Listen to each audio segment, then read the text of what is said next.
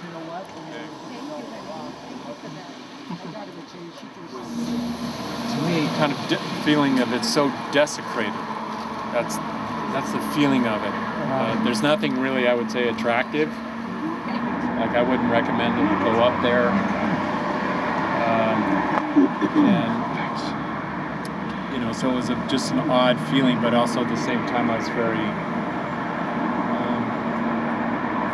experience of being blessed. I just felt blessed that I was somehow allowed to go up there, and then I was thinking this could be considered the greatest, most important place on the planet, right where I am, and it's just like nobody cares. It was an odd, strange feeling.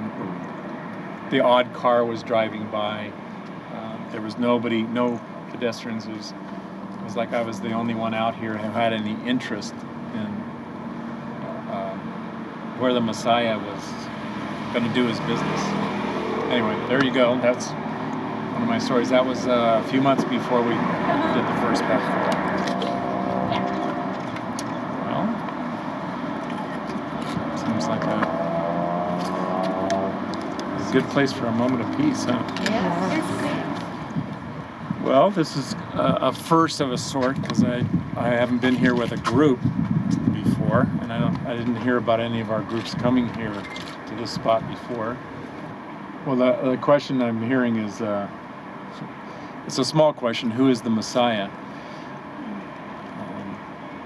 But we would know it as that answer to the prayer, with the understanding that there was a fall from our place of grace, that this world and the worlds like this one are places where we would come as now the vocabulary gets difficult, but it's the exteriorization or the reflection upon our divine nature, so that it's like we have to be outside of our divine nature in order to see it as something other than the oneness of what it is. So that there was a consciousness that wanted to see itself, but the way to see itself, it would have to exteriorize, and the way that was done as an illusion, you know, to come into something of an illusion of like a reflection. And in the Genesis, it talks about that man is made in God's image, and you know, to me, those are words that speak to that we're in the image, we're not in the source. So what's in this world is in the image, the reflection, not in the source. And that the Messiah has the keys to the source, so that it's allowed to enter into the illusion with the consciousness of knowing source, knowing God, and being able to make that available. In the traditions of the mystery schools, then it was done for those who were ready, those who were called forward individually. And then Jesus came in to offer a new grace, so none could be refused who seek the return, who seek the salvation. So that part of our realization is that we come from God, we come from the divine, and the awakening is I'm not in this world, I'm not in my divine place, I'm not in my home, and the search begins, and then there is one who comes forward holding those keys. Then all who seek can find, all who knock, the door is opened.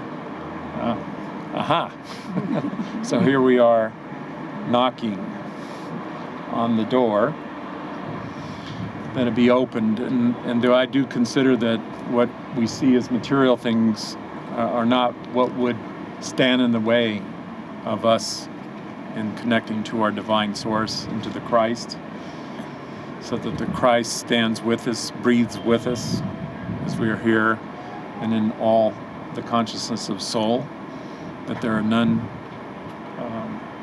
who are refused when we have the wit, when we wake up, or that we're in the presence of someone who's demonstrating that consciousness. So then we are those who have been anointed through the initiation, through the ordination, through our own awakening, to be demonstrations that it's here. The kingdom is here, so it's at hand, it's in reach. So if someone can say that, then in some way, I'm with you, brother. I'm here. You're saved. You don't need to keep searching. It's in your heart. Just find the love in your heart. And if there's something that suppresses or oppresses your heart from wherever that's come or whatever that is, that we have the willingness to release that. That blessing is here, that let's consider that we stand with the Messiah in this place right now. So the Messiah is coming and going. We love Jerusalem. We pray for the peace of Jerusalem. We are joined here spiritually with all those who have prepared the way and laid the foundation stones. That there are many who did what was necessary so that we could come, to a time when, what needs to be released in the form of negativity, brother against brother,